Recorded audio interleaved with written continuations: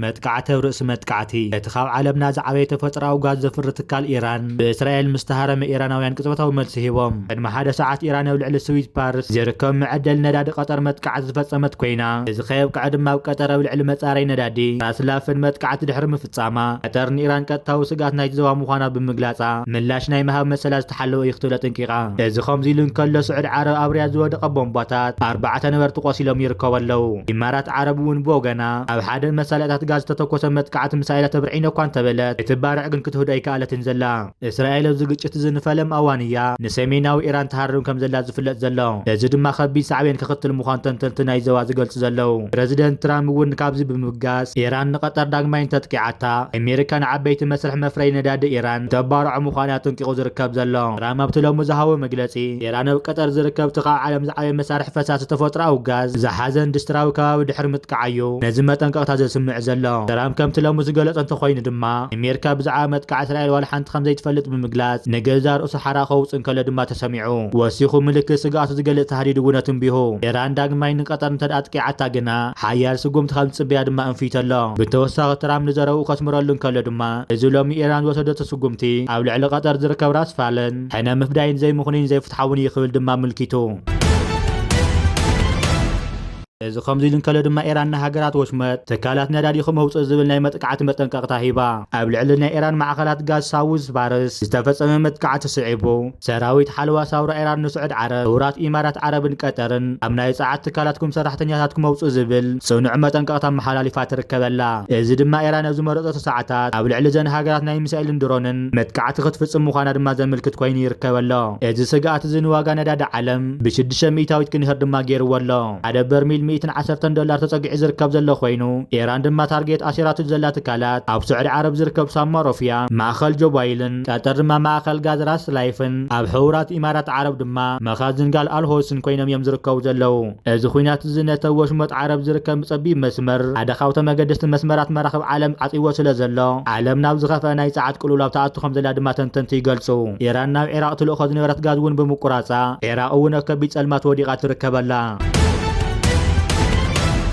إذا خمزيلن كلا دما قطر نوتادراون صتاون دبلوماسيات إيران أو وشت 24 ساعات كابتا هاجر كوص دما عزيزة إذا سقوم تزيد السعبة إيران لو مشت على علم تزعبي فساس تفطر أو غاز مشتن مرخم مصعن ماخل زخنة راس لافن بسنك زفصمت له ناي مسائل متقعتي كبيد عن ودحر مسعويو إذا مسقاق سلطان إيران السعبة إذا ماخلاي مراق تولع زلو خينات حج نابتنا علم بسعة زقرب قداس مسمر دما تسقاق يركبلا واغا ندادن غازنا ملا علم بنهار خخرخ غورو خمز خيلاتات قطوا دما يتنتنلو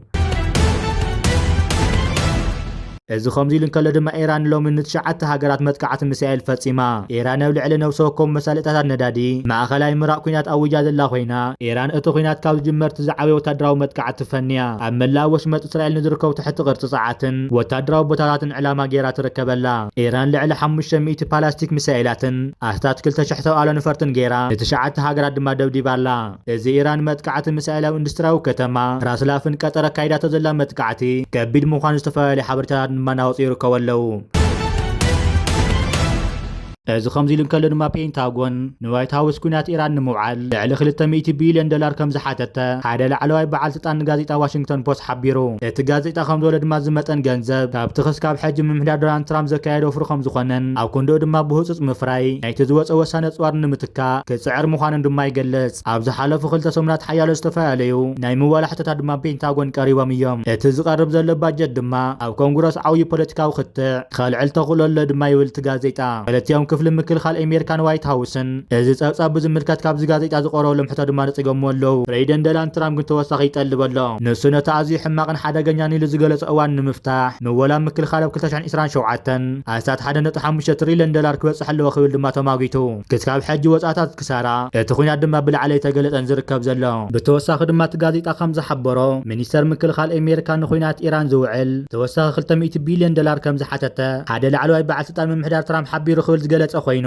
እዚ ሰፊሕ ወሰኽ ባጀት ምክልኻል ሰራዊት ብቐጥታ ብፕሬዚደንት ዝፍረም ዝኾነት ባይተ ወከልቲ ህዝቢ እዩ ክብል ገሊጽዎ ይቕበልዎ ዶ ይቕበልዎስ ብሕጂ ርእዩ ዝበለ ኮይኑ ኣብ ዝሓለፈ ወርሒ ታሕሳስ ኣባላት ባይቶ ኣሜሪካ ኣብቲ እዋን ፕሬዚደንት ትራምፕ ዝሓተቶ 901 ቢልዮን ዝግመት ግዙፍ ባጀት ምክልኻል ኣጽዲቖም ምንባሮም ይፍለጥ ኣሜሪካ ኣብዚ ልዕሊ 3 ሰሙን ዝቕጽል ዘሎ ኩናት ኢራን ልዕሊ 12 ቢልዮን ዶላር ምኽሳራ ዝፍለጥ ኮይኑ እዚ ክሳራ ምንም ዘይመስሎ ትራምፕ እዚ ሕጂ ዘሎ ዕግርግር ሓደገኛ ክብል ብምግላጽ ኣብ ዝመጽእ ዓመት እቲ ባጀት 1.5 ትሪልዮን ዶላር ንምክልኻል ዝኸውን ክቐርብ ድማ ይጠልብ ኣብ ዝመጽእ ወርሒ ጥርቲ ዝለዓለ ባጀት እንተጸዲቑ ኣሜሪካ ውሕስነት ኣረጋጊጻ ጥራይ ዘይኮነስ ኣብዚ ዓለም ተራእይ ዘይፈልጥ ሰራዊት ክትሃንጽ ምዃና እዩ ገሊጹ እቲ ትራምፕ መፍርሒዎ ዝርከብ ዘሎ ጉዳይ ድማ ኣብ ማእኸላይ ምብራቕ ዝካየድ ዘሎ ኩናት ኣብ ሓድሽ ምዕራፍ ክያቲ ስጋት ምምሕዳር ትራምፕ ጎስጓሱ ንምድልዳል በሽሓት ዝቑጸሩ ሰራዊት ንምውፋር ይሓስብ ከም ዘሎ እዩ ተሓቢሩ ዝርከብ ዘሎ እዞም ናይ ጥፍኣት ኣማኸርቲ ምምሕዳር ትራምፕ ምውፋር ኣጋር ሰራዊት ኣሜሪካ ዝያዳ ኣማራፅታት ስጉምቲ ክህባ ከም ዝኽእል እዮም ዝኣምኑ ዘለው ብመጻዊ ሆርሙዝ ዝሓልፍ ታንከራት ነዳዲ ንምክልኻል ሓይሊ ኣየርን ባሕርን ምጥቃም እውን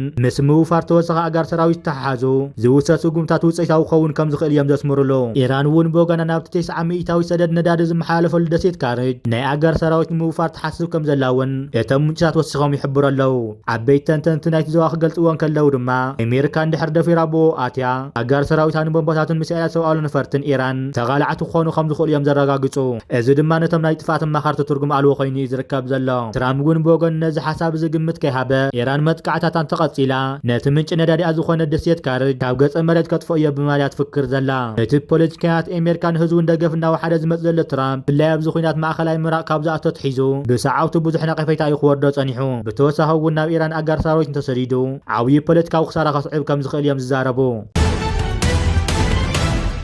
እዚ ከምዚ ልከደ ድማ እቲ ሳልሳይ ሰሙን ዝኸይ ዘሎ ግጭት ማእኸላይ ምብራቕ ሎሚ ድማ ብልዑል ናሃር ይቕጽል ኣሎ ኢራን ኣብ ልዕሊ ሃገራት ማእኸላይ ምብራቕ ትፍጽሞ መጥቃዕቲ ሙሉእ ለይቲ ቐጺሉ ሓዲሩ ይርከብ ኣሎ ኢራን ብፍላይ ድሕርቲ መጥቃዕቲ ደቡባዊ ፓርስ ዝርከብ መጻረይ ነዳዲ ምስ ኣሜሪካ ዝተኣሰር ዝበለ ተመወሽመት ዓረብ ዝርከቡ መጻረይ ነዳዲ ጋዝን ክትሃርም ምዃና ድማ ጠንቂቓ ትርከብ ኣላ በዚ መሰረት ስዑድ ዓረብ ዛግድ እቲ ግጭት ካብ ዝጅመር ዝኸፍአ መጥቃዕቲ ከም ዝተፈጸመ ድማ ገሊጻ ሚኒስተር ምክልኻል ስዑድ ዓረብ መላእ ርእሲ ከተማ ሪያድን ምብራቓዊ ዞባታት እቲ ሃገርን 17 ሰብኣዊ ነፈርትን ፓላስቲክ ሚሳኤላትን ከም ዘውደቑ ድማ ገሊጹ ኢራን ትማለው ልዕሊ ራስ ላፍን ነዳዲ ዘካየድቶ ናይ ሕነ ምፍዳይ መጥቃዕቲ ግዳይ ዝኾነት ቀጠር ድማ ትማሊ ድማ ዳግማይ ከም ተሃረመት ተፈሊጡ ኣሎ ሕቡራት ኢማራት ዓረብ ብወገና ስርዓተ ምክልኻል ኣየራን ፓላስቲክ ሚሳኤላት ክዓግት ከም ዝሓደረ ነፈርቲ ውግእ ድማ ኣብ ሰማይ ኮይነን ተባልዎ ነፈርቲ ክገጥማ ከም ዝሓደራ ገሊጻ ባህሬን ሙሉእ ለይቲ 3 መጥቃዕታት ብምሃብ ንሓደጋ ዝተቓልዑ ሰባት መጽለሊ ክደልዩ ድማ ተሓሳሲባ ሰራዊት ኩዌት ድማ ቅድሚ ሒደት ደቃይቕ ኣብ ዘውፅኦ መግለጺ መጥቃዕቲ ሚሳኤላትን ሰብኣዊ ነፈርትን ክዓግት ይቃለስ ከም ዘሎ ድማ ገሊጹ እዚ ከምዚ ልንከለ ድማ ሃገራት ወሽመጥ ዓረብ ኣብ ልዕሊ ኢራን ሓበራዊ መግለፂ ኣውፅአን ይርከብ ኣለዋ ኣብ ኢራን ኣብ ዝካየድ ኣኼባ ሚኒስትራት ጉዳያት ወፃኢ ሃገራት ዓረብ መጥቃዕቲ ኢራን ዝኾኑን ሓበራዊ መግለፂ ኣውፅአን ባህሬን ኩዌት ሊባኖስ ቀጠር ስዑድ ዓረብ ኢማራት ዓረብን ካልኦት ሃገራት ትዘዋ ድማ ይርከበአን ኣብቲ መግለፂኦም ከም ዝሓበርዎ ድማ እቲ ኢራን ትፈጽሞ ዘላ መጥቃዕቲ ኮነ ኢልካ ምዃኑ ብምግላጽ እዚ ድማ ንመንበሪ ኣባይቲ ሲቪላዊ ትሕቲ ቅርጽን ዲፕሎማስያዊ ቀፅርታትን ዕላማ ዝገበረ ይኽብላ ገሊፀን እዞም መጥቃዕታት ዝኾነ ይኹን ምምኽነይታ ቀርበሎም ዝኽእል ኣይኮነን ድማ ይብል እቲ መግለፂ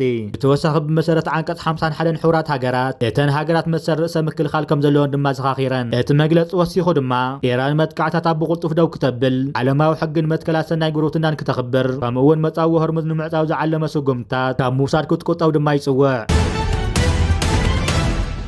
እዚ ከምዚ ልከለ ድማ ፕሬዚደንት ኣሜሪካ ዶናልድ ትራምፕ ንዓበይቲ መፍረይ ነዳዲ ኢራን ከባርዖ ምዃኑ ጥንቂቑ ትራምፕ ኢራን ንቐጠር ዳግማይ ተጥቂዓ ኣሜሪካ ንዓበይቲ መስርሕ መፋረይ ነዳዲ ኢራን ከተባርዖ ምዃና ጥንቂቑ ንሰውቲ ዘውፅኦ መግለፂ ኢራን ኣብ ቀጠር ዝርከቡ ዓለም እቲ ዝዓበየ መመስርሒ ፈሳሲ ተፈጥሮኣዊ ጋዝ ዝሓዘ ኢንዱስትርያዊ ከባቢ ድሕሪ ምጥቃዕ እዩ ነቲ መጠንቀቕታ ስሚዑ ዝርከብ ዘሎ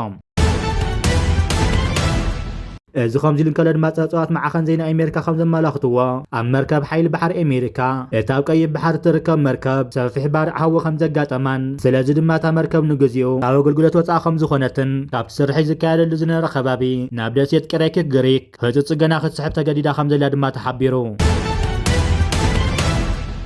እዚ ከምዚ ልከለ ድማ ካብተን ንውድድር ኩዕሶ እግሪ ኢለን ናብ ኣውስትራልያ ዝገሻ 5 ተጻወትቲ ሃገራዊት ጋንታ ደቂ ኣንስትዮ ኢራን ሓሳበን ቀይረን ናብ ዓደን ክምለሳ ተዳልየን ምህላወን ድማ ተረጋጊጹ እተን ብማለጃ ጾማን ነቢለን ናብ ሃገረን ንምምላስ ትርኩዝ ዝኣትዋ ደቂ ኣንስትዮ ተጻወትቲ ኩዕሶ እግሪ ኢራናውያን ኣውቶቡስ ደው ሰጊረን ድማ ናብ ኢራን ከኣትዋ ትጽኢት ይግበረለን ኣሎ ብዙሓት ካብታ ጋንታ ኣብ መኽፈቲ ጸወታ ዋንጫ ኤስያ ኣብ እዋን ሃገራዊ መዝሙር ሱቕ ምባለን ኣብቲ እዋን ብዙሓት ዛሪቡ ምንባሩ ድማ ይዝከር ብዙሓት ተንተንቲ ፖለቲካን ላዕለዎት ሰበስልጣናትን ነናቶም ሓሳባት ኣቕሪቦም ምንባሮም ድማ ይፍለጥ ካብኣቶም ሓደ ፕሬዚደንት ኣሜሪካ ዶናልድ ትራምፕ ናብ ሃገረን ክምለሳ የብለንን ኣብ ኣውስትራልያ ክትዕቅቦም ኣለዋ ወይ እውን ኣነ መንበሪ ፍቃድ ሂበ ንኣሜሪካ ከምፀን እየ ምባል ድማ ይፍለጥ እቲ ዝውረ ዝነበረ ብሃገረን ተመሊሰን ክእሰራ እየን ብምባል ስጋኣት ከኣትወን ዘይተደለየ ጭንቀት ሕድራ ድማ ብዙሕ ድፊት ክግበረለን ፀኒሑ እዩ ብምቕፃል እውን ፈለማ ኣውስትራልያ ንክፀንሓ ሰብኣዊ ቪዛ እውን ከም ዝሓታ ተገቢሩ እዩ ከም ውፅኢቱ ድማ ተን ተፃወቲ በታ ብኩናት ተሃስየት ሃገሮም ቀዳዓት ዝብል ስም ተባሂቦም ምንባሩ ድማ ይፍለጥ ካብ ሽዑ ጀሚረን ግን እተን ተፃወቲ ንፖለቲካዊ ፀቕጢ ባዕዳውያን ተፃዊረን ናብ ሃገረን ክምለሳ ብምውሳነን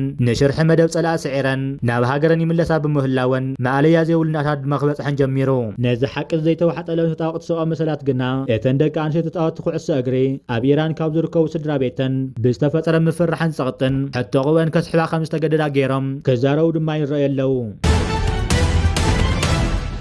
እዚ ከምዚ ኢሉ እንከሎ ድማ እንዳዊት መርከብ ነዳዲ ንፈለማ ግዜ ብናይ ቻይና ይዋን ገንዘብ ከፊላ ንወሽመጥ ሆርሙ ተሳጊራ ትርከበላ ኣብ ዓለም ስርዓት ገንዘብ ዓብይ መስርሕ ምስጋር ተረኣዩ ሓንቲ ዋነታ ናይ ህንዲ ዝኾነ ናይ ነዳዲ ጀልባ ነቲ ንዓመታት ፀንሐ ብዶላር ጥራሕ ናይ ምኽፋል ስርዓታት ብምስባር ብናይ ቻይና ገንዘብ ይዋን ከፊላ ብወሽመጥ ሆርሙዝ ክትሓልፍ ድማ ተፈቂድላ ትርከበሎ እዚ ፍጻመ እዚ እቲ ዶላር ኣብ ዓለማዊ ዕዳጋ ፀዓት ዝነበረ እንኳ ሓይል ድማ ይቅንስ ከም ዘሎ ዘርኢ ምዃኑ ይግለጽ ኣሎ ብዙሓት ሃገራት ብፍላይ ድማ ሃገራት ብሬክስ ካብ ጽግዕተኛ ዶላር ንምውፃእ ዝገብሮ ዘለዋ ቃልሲ ሓደ ስጉምቲ ንቀድሚት ሰጎመሉ ኮይኑ ድማ ተመዝጊበሎ እዚ ስጉምቲ ዘውቁጠዋ ኣሜሪካን ሓይሊ ዶላርን ዘለዎ ጽልዋ ዝለዓለ ክኸውን ከም ዝኽእል ድማ ተንተንቲ ይገልጹ بخالي زينانا دما سراويت دان كاردفان كابتات كارتومن نموحاس عاوي متكعت خم جمر غليصم حالتات مكلخال سودان او سمين معراب كاردفان زركوب معسكرات قطف دغف حالتات RSF علامه زغبره تخاتاتال استوهاده اير ندرون متكعت فنيوم كم صبصب وتادراو منጭታት የተሰረሐት ንምዕራው ዘዋ ካርድፋን ንምጽራይ ነረሰ ከተማ ካርቱም ውሕስ መካለኸል ዘዋ ንምስራት ዝዓለመ ሰፊሕ ስትራቴጂካዊ ኣካል እዩ እቲ መትከዓት ልዕሊ 100 ናይ ውግእ መኻይን ከም ዝመንዝዕን ዓዊስ መጀር ጀነራል ዓብዲ ረሒም ዝተባሃለ ኣዛዚ ወታደራት ተፋይል خابتات كيرو قاد من راح زركوهم عيال العلوات عززت خمس قتل دما قليصو بخالي زينانا دما هاجراويت غانتا خوعس اغري ايرترا هاجراويت غانتا خوعس ايرترا مدلواتا صفيفا بريدن هاجراو خوعس فيدريشن ايرترا اتو باولوس ولد هايمانوت او قراوان كام مغاويت 25 حدن مغاويتن خكايه تدالي زل صوتات مصاري وانچ افريكا انصار سويتن هاجراويت غانتا ايرترا اوشتن وطان بصوتو مايوان تصوتي تهاني صادلو تخمزلا نمعخن زين هاجرنا صفيح مغلص يهبو እዚ بدرجه زواتو كوف جميرو ام مدخ افريكا ساغرنا مصاري صوتاتات ام مغاويت 2026 بوغع خجمر دما صويت يغبر እዚ ድማ ንኹዕሶ እግሪ ኤርትራ አዲስ ናይ ዓወት ምዕራፍ ክኸፍት ታሪኻዊ ኣጋጣሚ እዩ እዚ ከምዚ ልንከለ ድማ ሳሙኤል አብርሃለይ ናብ ሃገራዊት ጋንታ ኤርትራ ሳሙኤል አብርሃለይ ጻውዒት ሃገራዊት ጋንታ ኤርትራ ረኺቡ ሆላንድ ጻወት እዚ ኤርትራዊ ኣብ ቀረባ መዓልታት ናብ ሞሮኮ ከኣቱ ድማ ጽዊት ይግበር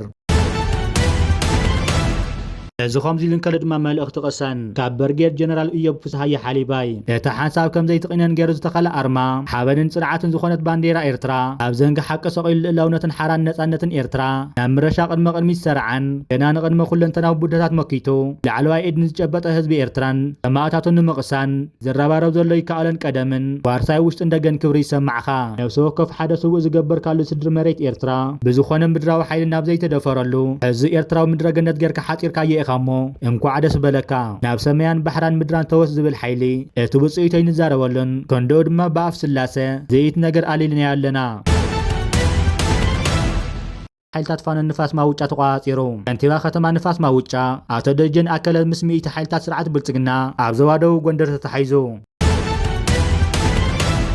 بخالي زينانا دما مونغي إيرترا روسيان حادث تبهل وتدراو سمعت كم استختمه وماس ماونتين مرخو ناي روسيا بمتكاس كتاب تويتر حواليت اسفير يركب الله اذا مونغو خليتين هاجرات تخطي مزركب زلو ناي وطورات وتدراو سمعت نبز حلف سمنات كوينو منغس روسيان إيرترا لاي تبهل وتدراو طورات كشطلا مخانو خم تسمع مع ابز حبيت دما تقيس يركب الله اقدم بيل دما مونغي إيرترا روسيان تفاعل ركواتن زروات دما تخايد ايو منغس روسيان تمونغو هاجرات إيرترا روسيان زلو التواول معتاون وتدراون زكاتل تميز منبار الذكر كوينو ازو خمزي لنكل دما بزحلف خمز قلصنايو اتا كنتشان 4 ዝተኻይደ ስምዕ ስዒቡ 12 ድሮናት 35 ዝተባሃላ ዘመኑ ድሮናት ኣብ ኤርትራ ከምዚ ኣተዋ ድማ ዝተፋላለየ ምንጫት ገሊፆም እዮም ኤርትራ ኣብ ልዕሊ ሩስያ ዝተፋላለየ እግዳን ካልኦት ነገራትን መፅእን ከለታ እንኳ ሃገር ኣብ ጎኒ መንግስትን ህዝብን ኤርትራ ዝኾነታ እንኳ ሃገር ሩስያ እያ ኣብ መንጎ ኤርትራን ሩስያን ዘሎ ርክባት ካብ ግዜ ናብ ግዜ እናዓበየ ዝመፅእ ዘሎ ኮይኑ እዚ ሕጂ ተኸቲሙ ዝበሃል ዘሎ ስምዓት ወታደራዊ ፅዋር ንወታደራዊ ደረጃ ናይ ኤርትራ ድማ ናብ ዝለዓለ ደረጃ ክዕብዮ እዩ እታመም ቀፂሉ ዘሎ ግጭት ኢራንን እጽዋ መጻው ሆርሙዝን የተብዓለም ወሓዝ ጻዓት ዝመጽ ዘሎ ድራማዊ ጂኦፖለቲካዊ ለውጢ ትሕብር ንቀይሕ ባሕር ድማ ንወሽመጥ ነዳድን ጋዝን ከም መገዳስ ኣማራጺ መስመር ተቐምጦ ብተወሳኺ ድማ ስዑር ዓረብ ንሚልዮናት በርሚል ነዳዲ መዓልታዊ ናብ ነባዊ ንምምልካት ትጥቀመሉ ፔትሮላይን ትኩረት ብምሃብ ነቲ ናብ ሰማይ ዝዓርግ ዋጋ ጸዓት ድሕነት ዘለዎ መላወጢ መንገድታት ትእልሽ ከም ዘላ ድማ ይግለጽ ኣሎ። ኤርትራ በቲ ስትራቴጂካዊ 1200 ኪሎ ሜትር ዝንውሓቱ ገማግም ባሕራ ካብ ደቡብ ሱዳን ኢትዮጵያ ናብ ወደባት ባጽዕን ዓሰብን ተዘርጊሑ እትረኽቦ ነዳድን መዕቀቢ ጋዝን ንምትካል ብዘለዎ ዓቕሚ ከምታ ወሳኒ ኤርትራ ኣብ ደገ ባሕሪ ኮይና ትቐርብ። እዚ ድማ ብመንገዲ ነፃ ዞባታት ጸዓት ንስዑድ ዓረብን ግብፅን ዝግበር ስትራቴጂካዊ ምሕዝነት ናብ ቀጠልያ ጸዓት ዝገብር ምስጋርን ንኤርትራ ናብ ዞባዊ ማእኸል ጸዓት ክቕይራ ድማ ይኽእል። እዚ ድማ መወዳእታ እተወሽ መጥፈረት ዘለ ተኣፋፍነት ብምርሓቕ ንናይ ሓይሊ ሚዛን ቀርኒ ኣፍሪካ ድማ ዳግማይ ክገልጾ እዩ።